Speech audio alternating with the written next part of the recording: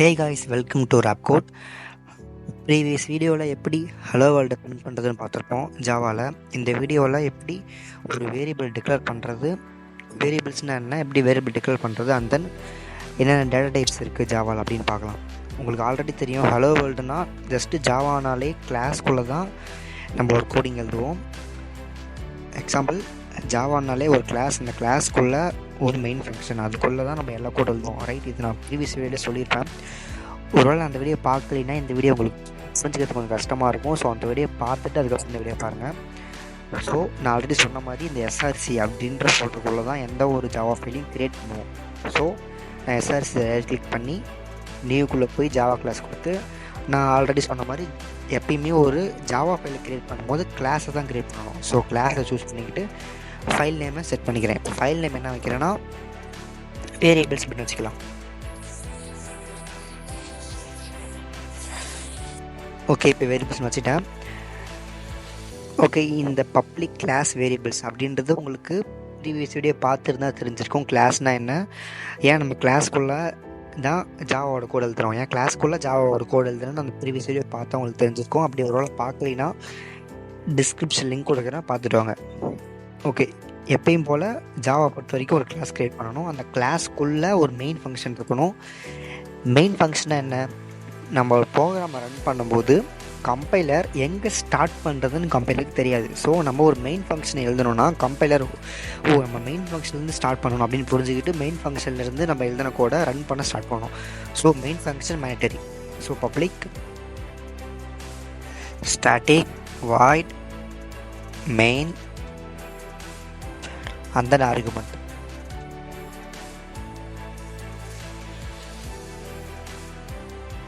Okay, இதுதான் ஒரு structure. நம்ம எந்த ஒரு ஜாவா கோட் எழுதினாலும் சரி, வேரியபிள்ஸ்னு இல்லை, எந்த டாப்பிக்கில் ஒரு ஜாவா வச்சு ஒரு பெரிய ஆப்பே பண்ணாலும் சரி, நம்ம இந்த ஸ்ட்ரக்சரில் தான் ஃபஸ்ட்டு இந்த ஸ்ட்ரக்சர் தான் ஜாவாவோடது. இந்த ஒரு கிளாஸ் இருக்கணும், அந்த கிளாஸ்க்குள்ளே ஒரு மெயின் ஃபங்க்ஷன் இருக்கணும், அந்த மெயின் ஃபங்க்ஷனுக்குள்ளே தான் நம்ம எல்லா கோடும் எழுதணும். ஸோ இங்கே தான் நம்ம கோட்ஸ் எழுதணும்.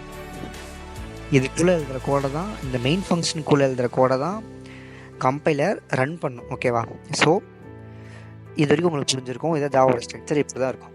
ஓகே, இப்போ வேரியபிள்ஸ்னால் என்ன, இப்போது நம்ம சின்ன வயசில் மேக்ஸில் படிச்சிருப்போம், A=5 அப்படின்னு படிச்சிருப்போம். கரெக்டாக? அப்போது A=5 நம்ம மேக்ஸில் படிச்சிருப்போம். அப்போ ஏவோட வேல்யூ என்ன? 5. ரைட்டா? அதே மாதிரி தான் இங்கேயும் ப்ரோக்ராமிங்கும் மேக்ஸ் மாதிரி தான். A=5 அப்படின்னு பார்த்தோம்னா ஏ வந்து ஒரு வேரியபிள். ஃபஸ்ட்டு வேரியபிள் என்னன்னு சொல்லிடுறேன். வேரியபிள்னால் ஒரு வேல்யூவை ஸ்டோர் பண்ணுறதுக்கான இடம். இப்போ எக்ஸாம்பிளுக்கு ஒரு கிளாஸ் இருக்குது, அந்த கிளாஸ்க்குள்ளே நம்ம தண்ணியை ஸ்டோர் பண்ணிக்கலாம். அப்போ அந்த கிளாஸ் தான் வேரியபிள், அந்த தண்ணி தான் வேல்யூ. இதான் சிம்பிளாக புரிஞ்சுக்கிறதுக்கு. இன்னொரு எக்ஸாம்பிள் சொல்லணும்னா, ஒரு பாக்ஸ் இருக்குது, அந்த பாக்ஸுக்குள்ளே நம்ம ஒரு பால் போட்டு வச்சுக்கிறோம். ஸோ அப்போ அந்த பாக்ஸ் தான் வேரியபிள், நம்ம அதுக்குள்ளே ஸ்டோர் பண்ணுறோம்ல பால், அதான் வேல்யூ. ஸோ A=5னா அப்போ என்ன வரும், ஏ வந்து வேரியபிள் அண்ட் தென் 5 வந்து வேல்யூ.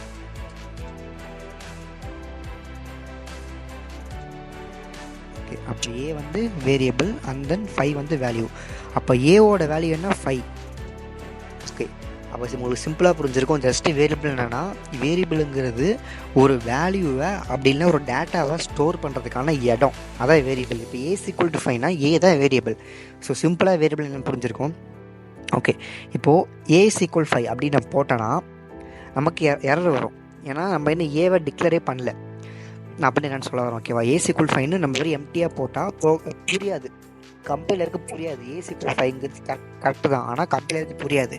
அது எப்படி எழுதணும்னா, இதுக்கு தான் டேட்டா டைப்ஸுக்குள்ளே வருவோம். இப்போ வேரியபிள்ஸில் எனக்கு தெளிவாக புரிஞ்சிருக்கும். வேரியபிள்ஸ் ஒன்றுமே இல்லை, ஒரு வேல்யூவை ஸ்டோர் பண்ணுறதுக்கான இடம் தான் வேரியபிள். இப்போது டேட்டா டைப்ஸ்குள்ளே வரலாம். இப்போது டேட்டா டைப்ஸில் வேரியஸ் டேட்டா டைப்ஸ் இருக்குது. இப்போது வேரியபிள்குள்ளே நம்ம என்ன ஸ்டோர் பண்ணுவோம்? வேல்யூ ஸ்டோர் பண்ணுவோம். அந்த வேல்யூஸே டிஃப்ரெண்ட் வேல்யூஸ் இருக்குது. இப்போ எக்ஸாம்பிளுக்கு இன்ட் இருக்குது, இன்ட்ல ஒன்றுமே கிடையாது, நம்பர்ஸ் இருக்குது.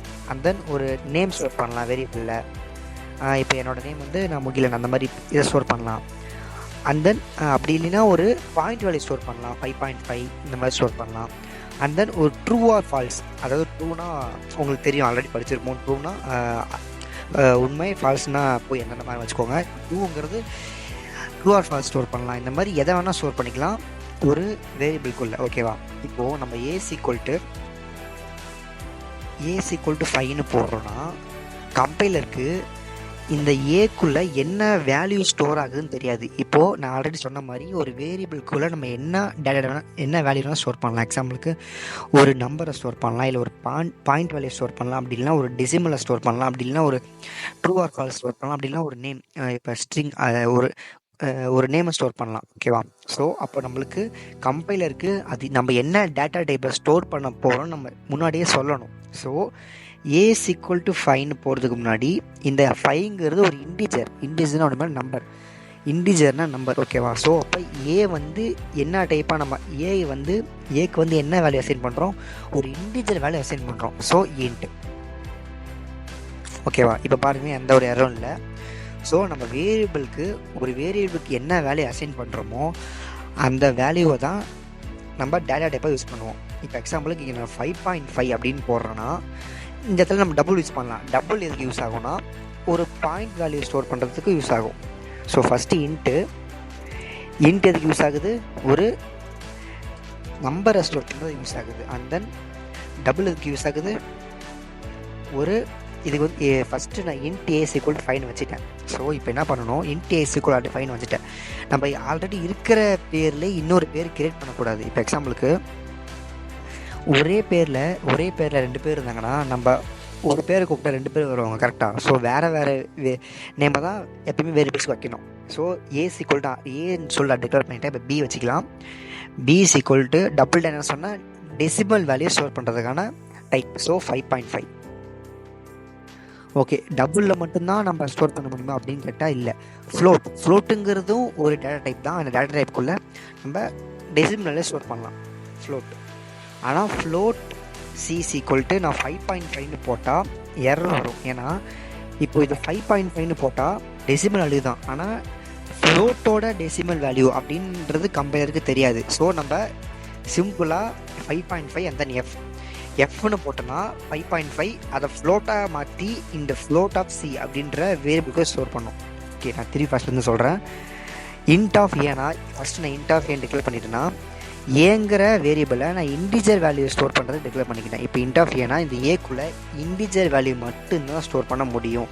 இப்போ எக்ஸாம்பிளுக்கு நான் இங்கே 5.5 போகிறேன்னா ஸ்டோர் பண்ண முடியாது. பிகாஸ் நான் இந்த ஏவை என்னவா டிக்ளேர் பண்ணியிருக்கேன்? இந்த ஏவை என்ன டிக்ளேர் பண்ணியிருக்கேன்? ஒரு இன்டிஜர் டிக்ளேர் பண்ணியிருக்கேன். ஸோ ஏக்குள்ளே நம்மளால் ஒரு இன்டிஜர் வேல்யூ, அதாவது ஒரு நம்பரை மட்டும் தான் ஸ்டோர் பண்ண முடியும். ஓகே, அடுத்து டபுள்னா என்னென்னா டெசிமல் வேல்யூ ஸ்டோர் பண்ணுறதுக்கான ஒரு பிளேஸ். ஸோ டபுளுக்கு ஒரு வேரியபிள் கிரியேட் பண்ணிக்கிட்டேன், பீன்ற வேரியபிள். அந்த பீன்ற வேரியபிள்குள்ளே ஒரு டெசிமல் வேல்யூ ஸ்டோர் பண்ணலாம். ஸோ 5.5. இப்போ இங்கே வந்து நான் 5ன்னு போட்டேன்னா ஸ்டோர் ஆகும். ஆனால் டபுளில் வந்து நம்ம மோஸ்ட்லி எதுக்கு யூஸ் பண்ணுவோம்னா 5.5 டெசிமல் வேல்யூ ஸ்டோர் பண்ணுறதுக்கு யூஸ் பண்ணுவோம். ஸோ ஃப்ளோட்டுக்கும் அதே மாதிரி தான். நம்ம ஃப்ளோட்டுக்கும் டெசிமல் வேல்யூ ஸ்டோர் பண்ணுறதுக்கு யூஸ் பண்ணுவோம். ஆனால் ஃப்ளோட் யூஸ் பண்ணுறப்ப நம்ம கடைசியில் எஃப்ன்ற இதை போட்டால் தான் ஃப்ளோட்டாக கன்சிடர் பண்ணிக்கும். ஓகே, இப்போ எப்படி ஒரு நேமை ஸ்டோர் பண்ணுறது? இப்போ எக்ஸாம்பிளுக்கு என்னோட கம்பெனி நேம் ரேப் கோட், அதை எப்படி ஸ்டோர் பண்ணுறதுன்னா அதுக்கு ஒரு டேட்டா டைப் இருக்குது. So string of T is equal to string of நேம்னு வச்சுக்கலாம். வேரியபிள் நேம் நம்ம ஏபிசிடி அப்படின்னு வைக்கணும்னு அவசியம் கிடையாது. நம்ம என்ன நேமான வச்சுக்கலாம் வேரியபிள் நேமுக்கு. இப்போ எக்ஸாம்பிளுக்கு நான் என்ன வேணால் டைப் பண்ணிக்கலாம், நம்ம மட்டுக்கு அது என்ன வேணால் வச்சுக்கலாம். ஆனால் பச்சை நேமே திருப்பி வைக்கக்கூடாது, அது கம்பைலர் கன்ஃபியூஸ் பண்ணிக்கும். ஓகேவா? ஸோ நான் இப்போ நேம்னு வச்சுக்கிறேன். நேம் இஸ் ஈக்குவல் டு இப்போ என்னோட company name rape code. So wrap கோட்னு போடுறேன். ஆனால் எரர் வரும். பிகாஸ் எப்பயுமே ஒரு குரூப் ஸ்ட்ரிங்கை ஸ்டோர் பண்ணும்போது, ஸ்ட்ரிங்னா ஒன்றுமே கிடையாது, குரூப் ஆஃப் கேரக்டர்ஸ். ஒரு கேரக்டர் என்ன ஏங்கிறது, இப்போ எக்ஸாம்பிள் இங்கே பாருங்கள், ஏங்கிறது ஒரு கேரக்டர், இந்த டிங்கிறது ஒரு கேரக்டர், சிங்கிறது ஒரு கேரக்டர், டிங்கிறது ஒரு கேரக்டர். ஸோ குரூப் ஆஃப் கேரக்டர்ஸ்னால் என்ன?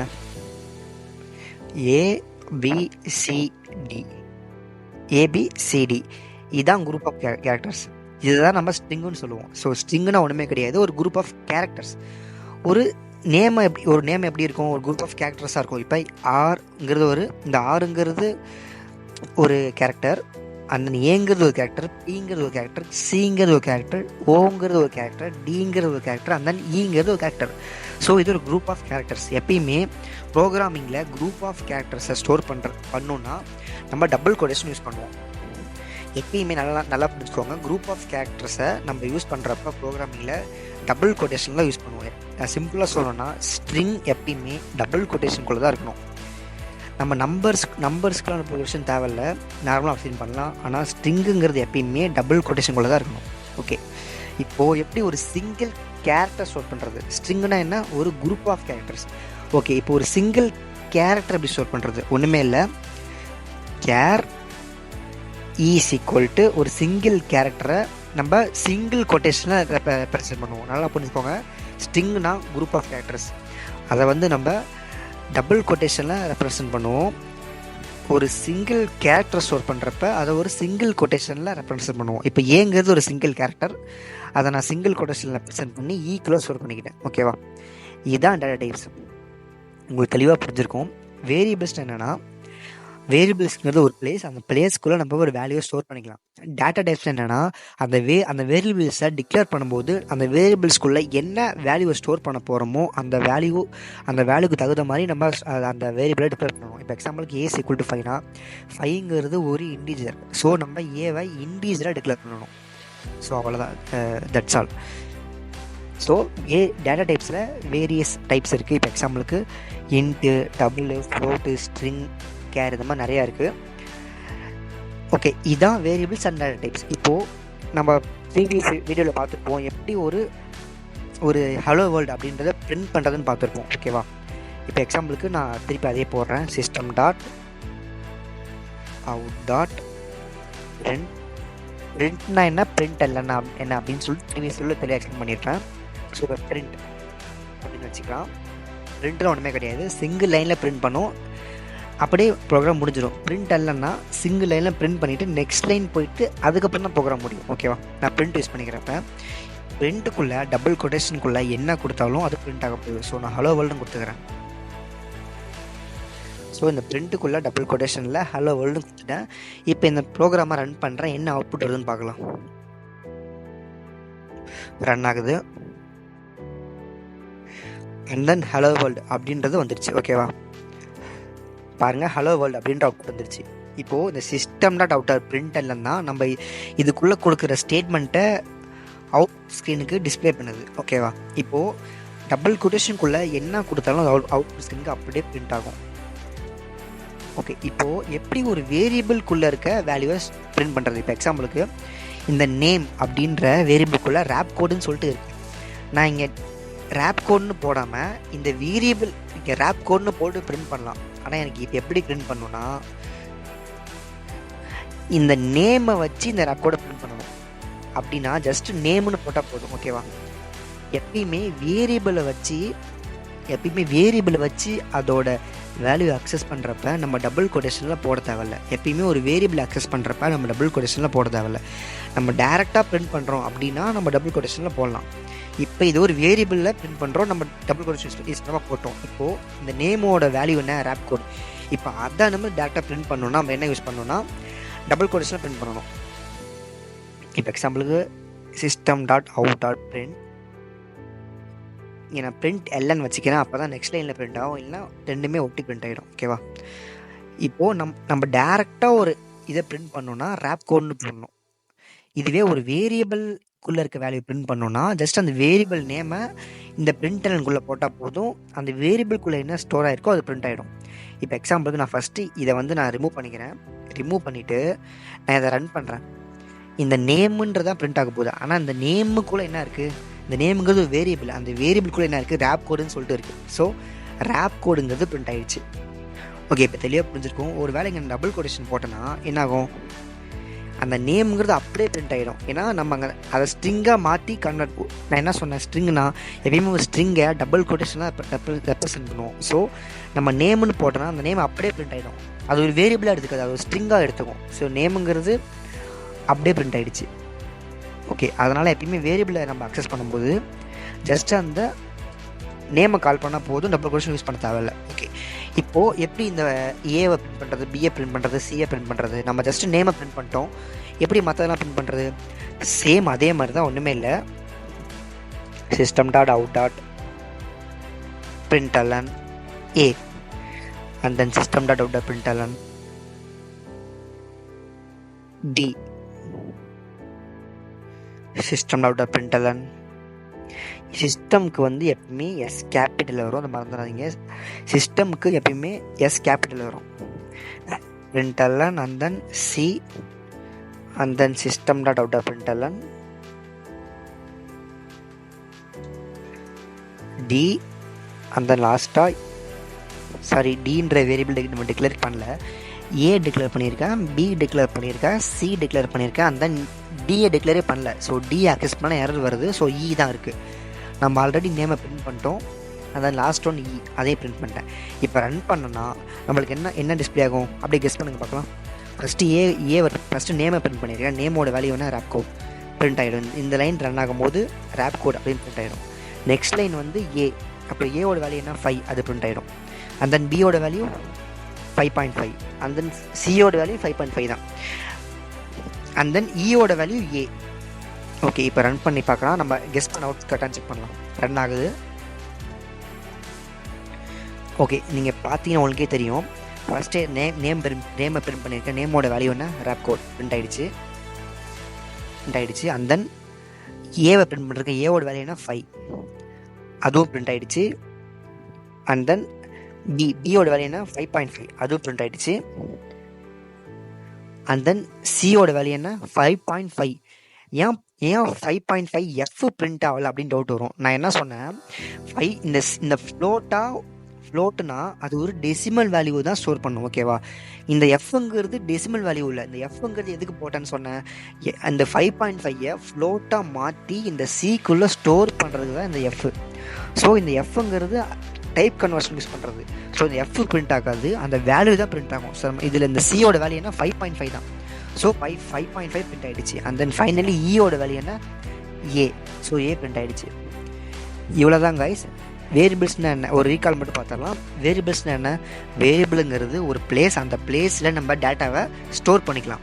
அந்த டேட்டா டைப்ஸ் என்னென்னா, இப்போது ஒரு வேரியபிள்குள்ளே நம்ம வேரியஸ் வேல்யூ ஸ்டோர் பண்ணலாம். இப்போ எக்ஸாம்பிளுக்கு 5 ஸ்டோர் பண்ணலாம். 5ங்கிறது ஒரு நம்பர், 5.5ங்கிறது ஒரு decimal. And then group of characters. இப்போது என்னோட கம்பெனி நேம் ரேப் கோட், அந்த ரேப் கோடுங்கிறது ஒரு ஸ்ட்ரிங், அதையும் ஸ்டோர் பண்ணலாம் ஒரு வேரியபிள்குள்ளே. ஸோ இந்த மாதிரி டிஃப்ரெண்ட் வேல்யூவை ஸ்டோர் பண்ணுறதுக்கு நம்ம வேரியபிளுக்கு ஒரு டேட்டா டைப்பை கொடுக்கணும். இப்போ எக்ஸாம்பிளுக்கு நான் ஒரு வேரியபிள்குள்ளே வேல்யூ ஸ்டோர் பண்ண போகிறேன்னா, இன்டிஜர் வேல்யூ ஸ்டோர் பண்ணோம்னா இன்ட்டை டிக்ளேர் பண்ணணும். ஒரு வேரியபிள்குள்ளே நான் பாயிண்ட் வேல்யூ ஸ்டோர் பண்ணுறேன்னா டபுள் அண்டு ஃப்ளோட்டாக டிக்ளேர் பண்ணிக்கலாம். ஒரு வேரியபிள்குள்ளே நான் ஒரு நேம் ஸ்டோர் பண்ண போகிறேன், இல்லை ஒரு சென்டென்ஸை ஸ்டோர் பண்ண போகிறேன்னா அதை ஸ்ட்ரிங்காக டிக்ளேர் பண்ணணும். அண்ட் தென் ஒரு வேரியபிள்குள்ளே நான் ஒரு சிங்கிள் லெட்டரை மட்டும் ஸ்டோர் பண்ண போகிறேன்னா அது கேராக டிக்ளேர் பண்ணணும். அண்ட் தென் ஃபைனலாக லாஸ்ட்டில் அதை பிரிண்ட் பண்ணிட்டேன். ஓகே, இந்த வீடியோவில் உங்களுக்கு தெளிவாக புரிஞ்சிருக்கும் வேரியபிள் என்ன, டேட்டா டைப் என்னென்னு. ஒரு வேளை உங்களுக்கு ஏதாச்சும் டவுட் இருந்துச்சுன்னா நீங்கள் கமெண்ட் செக்ஷனில் கேட்கலாம், நான் தாராளமாக ரிப்ளை பண்ணுவேன். And then already hello world போட்டிருக்கேன், இப்போ வேரியபிள்ஸ் நடத்திருக்கேன், வேரியபிள்ஸ் அண்ட் டேட்டா டைப்ஸ் நடத்திருக்கேன். நெக்ஸ்ட் ஒரு வீடியோஸில் நான் எஃப்எல்ஸ் ஆப்ரேட்டர்ஸ் இந்த மாதிரி நான் ஜாவாவை ஃபுல்லாக கவர் பண்ணலான்னு இருக்கேன். ஸோ நீங்கள் நான் எப்போ ஸ்டார்ட் பண்ணியிருக்கேன், இப்போலேருந்தே நீங்கள் என்னோடய வீடியோவை வாட்ச் பண்ண ஸ்டார்ட் பண்ணிங்கன்னா உங்கள் கரியருக்கு ரொம்ப ஒரு க்ரோத்தாக இருக்கும். ஸோ உங்கள் ஃப்ரெண்ட்ஸுக்கும் ஷேர் பண்ணுங்கள். So okay, thank you guys. மறக்காமல் சப்ஸ்கிரைப் பண்ணுங்கள். தேங்க்யூ.